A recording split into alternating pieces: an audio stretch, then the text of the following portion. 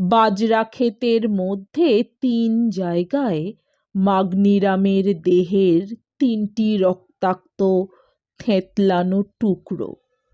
কিন্তু মাগনিরামের বাবাকে ১০০ টাকা দিয়েছিল ঘাটোয়ালি কাছারি থেকে। কেন তা বলি। বর্জর নালার ওপারে সরকুন্দা জঙ্গলের কিনারায় প্রকাণ্ড পাগলা হাতিটা মরে পড়ে আছে।